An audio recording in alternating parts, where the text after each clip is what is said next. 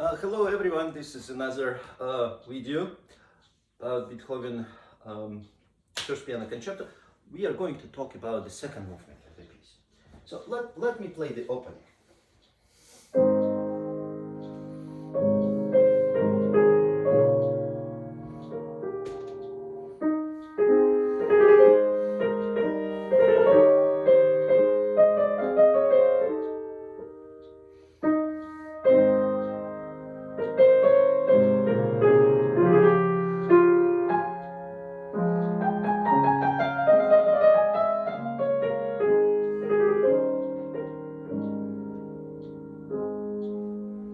Beautiful, simple, but quite sophisticated idea presented at the beginning.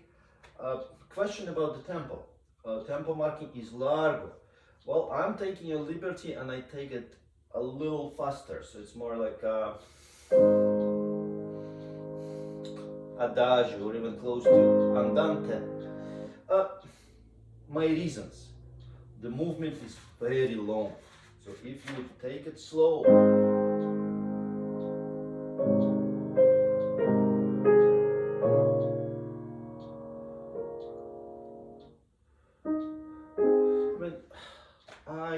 maybe that worked at the end of the 18th century when the concerto was produced, but I think it's we have to push it a little bit just to keep the music more alive and the orchestra.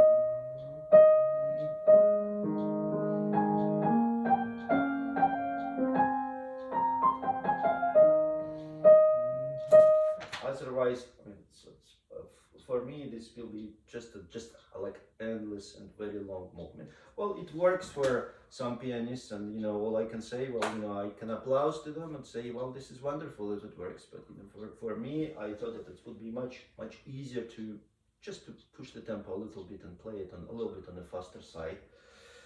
Second solo.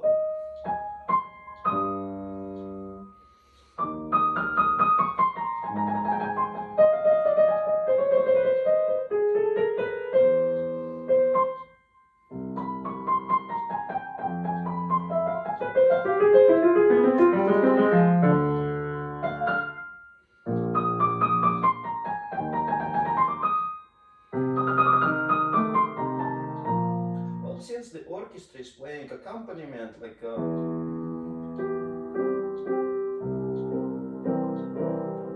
there's not much you can do in regards of a phrase. You really want to stay steady, but we have three entrances. The first one,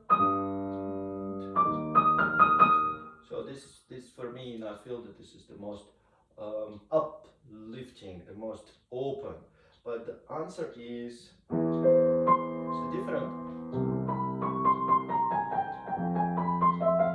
So I try to acknowledge this presence of a different mode, and finally we are in the flat and we modulate to B flat major. So like three different entrances. Now after orchestra playing, soloist starts, orchestra is answering. Same thing, like I try to differentiate. This is, and the second time is different. Then on the orchestra.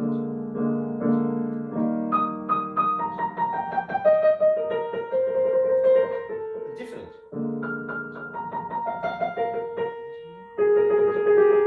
Now my solo.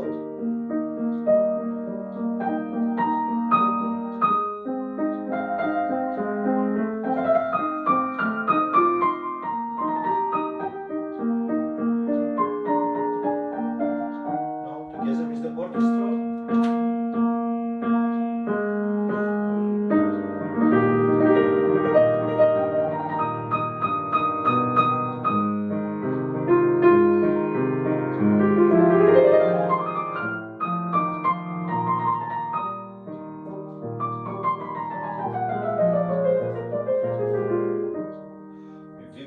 to a new idea. Orchestra. I'm playing my solo.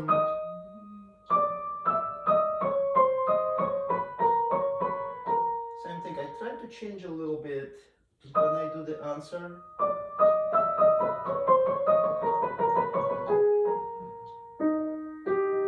This is my improvisation at the end of the first section. A little different. A little different.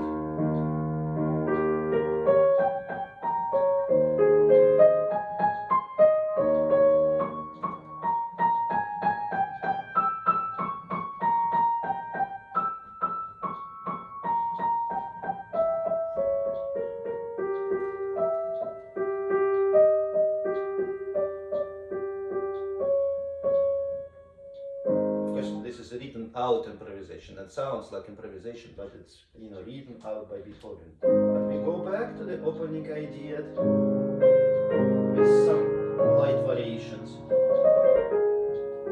Answer.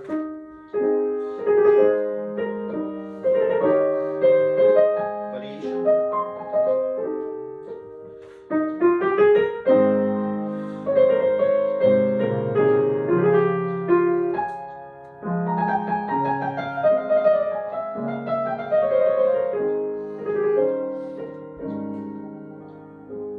Orchestra is answering.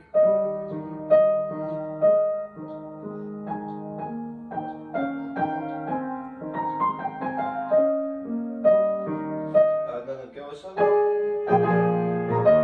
And the piano starts. Now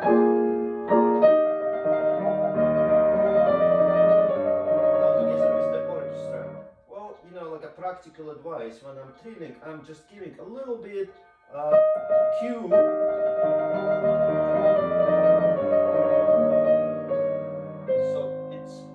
Comfortable for the conductor to find the downbeat together with me. Same music, same theme as presented, but it's different organization.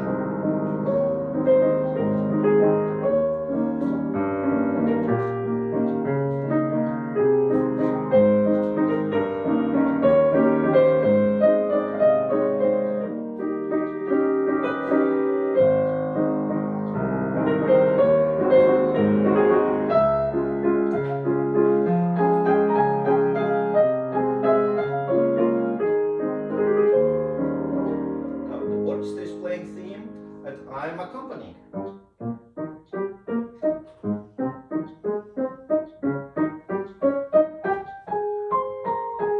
Now I'm leading.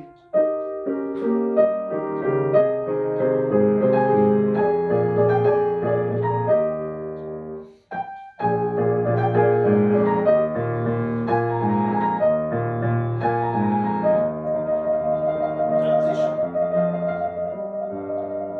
But the orchestra is playing that beautiful, gorgeous theme one more time. And I'm accompanying.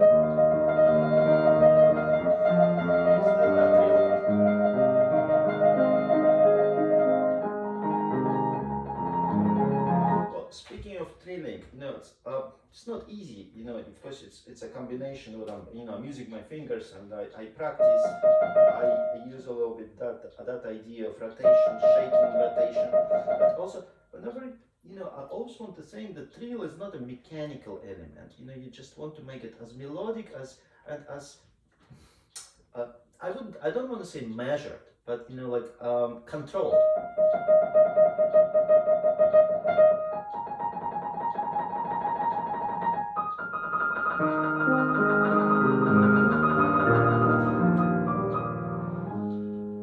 Now we're moving to a new episode.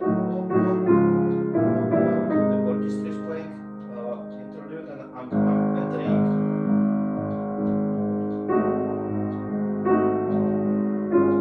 Different. More dark. Now conversation between the orchestra and soloist. Orchestra is playing clarinet. There's a lot of clarinet in these movements. It's just it's a good idea to think that this is of course it's a piano concerto but with a clarinet obbligato. Clarinet answer. Clarinet. I answer. Third time. Now it's a longer statement and there is no orchestra, so you can take a liberty and maybe use a little bit more rubato. Now orchestra is entering.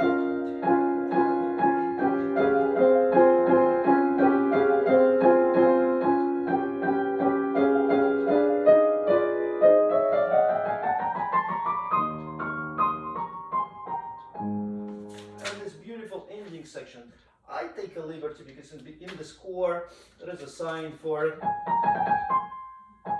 that type of ornament that is that Beethoven wrote, but I'm taking a liberty and I do a little trio. A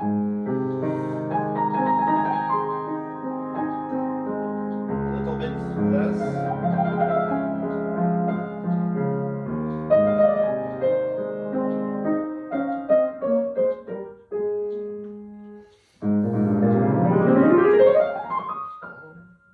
A little different, more dark. Orchestra.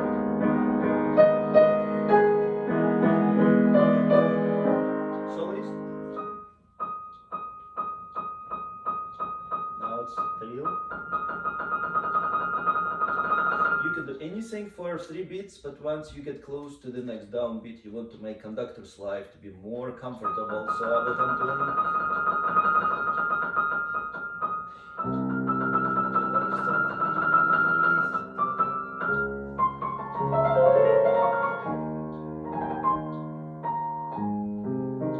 And orchestra is leading here. And I answer.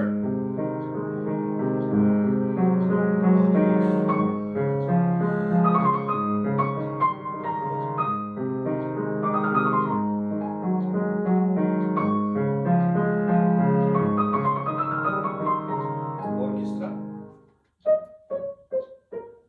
Soloist. And together. Pizzicato.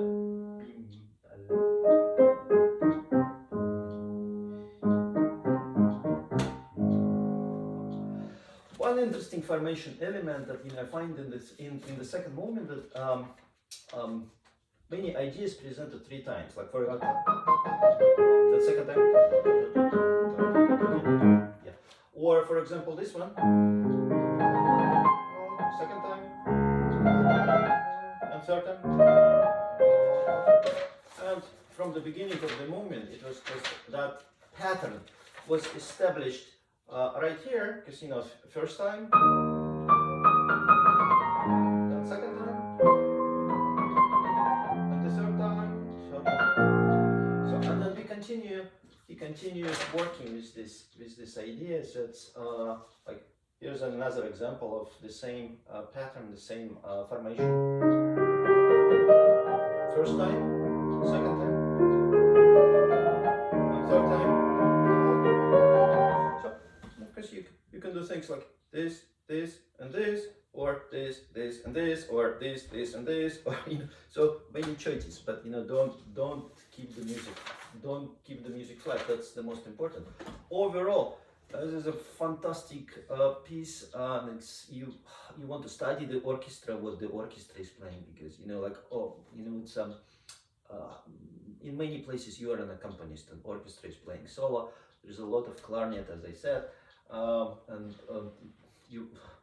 when you play, you want to sing and in imagination what orchestra is playing, so you're ready for orchestral rehearsal.